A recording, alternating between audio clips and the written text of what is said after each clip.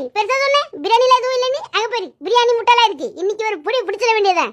ஏ வல்லேலக்கா பிரியாணி செஞ்ச அக்கா லா லா லா லா லா லா லா லா லா லா.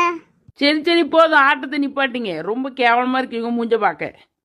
என்ன முறைச்சு பார்த்துக்கிட்டு இருக்கீங்க? தின்னுட்டு வேணா போகலாம், ஆனா எடுத்துட்டு போக முடியாது. தின்னதானே முடியுமே, எடுத்துட்டு போக முடியாதே. லாலா. போதும் விடு சின்ன பொண்ணு, பாவம் அவங்க. சரி, வந்த வேலையை மறந்துட்டு திங்கதை பத்தி பேசிக்கிட்டு இருக்கோம் பாருங்க. சரி, இப்போ நான் சொல்ற பிளான நல்லபடியா கேட்டுக்கோங்க. அக்கா கோவப்படாதீங்க அக்கா, போற பக்கம் எடுத்துட்டு போயிடலாம், ஒன்றும் பிரச்சனை இல்லை. கோவப்படாதீங்க. சரிங்க. சரி, என்ன பிளான் தெரியுமா? இந்த ஈஸ்வரியை நம்ம அக்காவை படாத பாடுபடுத்தியிருக்கா. அவளுக்கு கையை காலம் உடைச்சு விட்டு தான் நம்ம இன்னைக்கு அனுப்புதோம். சரியா? இந்த உடைக்கதான் எனக்கு ரொம்ப பிடிக்கும், பண்ணலாம். யாருமே நல்லா இருந்தா உங்களுக்கு பிடிக்காது. எல்லாம் உடைச்சுக்கிட்டு அடிச்சுக்கிட்டு சாகணும், அதான் உங்களுக்கு பிடிக்கும். அப்படிதானே? சரி வாங்க, எல்லாரும் வெற்றிக்குரிய போட்டுக்கலாம். சரி சின்ன பொண்ணு, இப்ப கையை காலெல்லாம் உடைக்கணும்னு சொல்லிட்டு அதை எப்படி உடைக்க போறோம்?